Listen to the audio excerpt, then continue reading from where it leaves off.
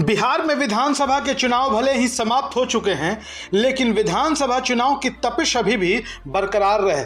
बिहार के दो ऐसे विधायक हैं, दो ऐसी सीटें हैं जहां के विधायकों की सदस्यता खतरे में है, जहां विधायकों की सदस्यता जा सकती है। और अगर ऐसी स्थिति हुई तो दो सीटों पर उपचुनाव तो होंगे ही, साथ ही साथ लालू प्रसाद यादव और तेजस्वी यादव की पार्टी राष्ट्रीय जनता दल के लिए ये बड़े खतरे की तरह होगा। अब आपको बता दें कि बिहार की जिन दो सीटों और जो दो विधायकों के सदस्यता पर खतरा है, उनके बारे में आपको विस्तार से बताते हैं।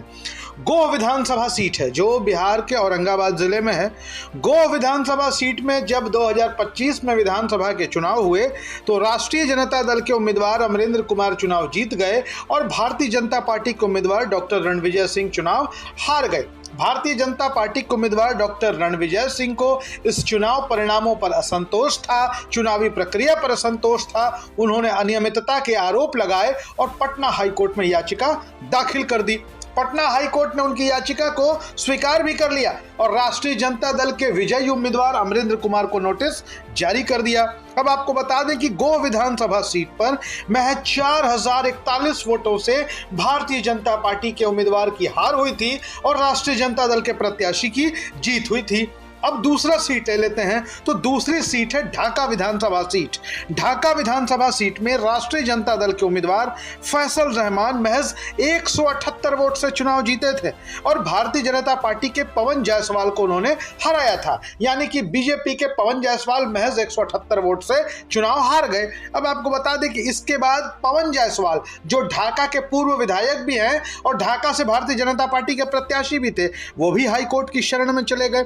उन्होंने फर्जी मतदान का आरोप लगाया। पवन जायसवाल ने कहा कि लगभग 298 वोट ऐसे पोल कराए गए इस विधानसभा के चुनाव में जो लोग विदेश में रहते हैं। अब भला विदेश में रहने वाला आदमी देश में मतदान कैसे कर सकता है? अब यकीन मानिए, जो कानून कहता है, अगर पवन जायसवाल हाईकोर्ट में जो आरोप लगा रहे हैं, अगर सचमुच 298 वैसे लोगों ने मतदान किया है जो विदेश में रह रहे हैं, तो अब इस चुनाव पर तलवार लटक सकती है।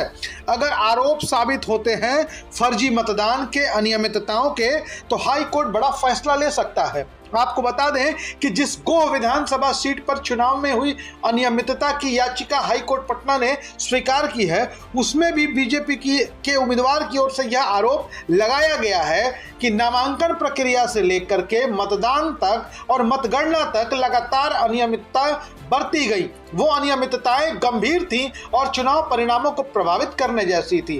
गो में भारतीय जनता पार्टी के उम्मीदवार ने यह आरोप लगाया कि इस तरीके से लोगों को मतदान से वंचित किया गया, मतदान को प्रभावित किया गया कि भारतीय जनता पार्टी के समर्थक मतदाता वोट देने से वंचित रह गए और इसकी वजह से वो महज 4000 वोटों से चुनाव हार गए। 4041 वोटों से हार हुई गो विधानसभा में, 178 वोट से बीजेपी की हार हुई ढाका विधानसभा में। अब जिस तरीके से दोनों जगहों पर पराजित उम्मीदवारों ने अनियमितताओं के आरोप लगाए हैं, गलत मतदान के आरोप लगाए हैं, अगर कोर्ट में, हाई कोर्ट में यह आरोप साबित हो जाते हैं, भारतीय जनता पार्टी के उम्मीदवार और उनके वकील कोर्ट को यह समझाने में कामयाब हो जाते हैं, साबित करने में सफल हो जाते हैं कि मतदान गलत तरीके से हुए, मतगणना में धांधली हुई, तो कोर्ट कोई बड़ा निर्णय ले सकता है। और जब कोर्ट कोई बड़ा निर्णय लेगा तो दो विधायकों की सदस्यता खतरे में पड़ जाएगी और दोनों विधायक राष्ट्रीय जनता दल के हैं। पहले से ही राष्ट्रीय जनता दल के कम विधायक इस बार चुनाव जीतकर बिहार की विधानसभा में पहुंचे हैं। 2 सीटें और कम हो गई तो बड़ा नुकसानदेह सौदा साबित हो सकता है ये राष्ट्रीय जनता दल और महागठबंधन के लिए।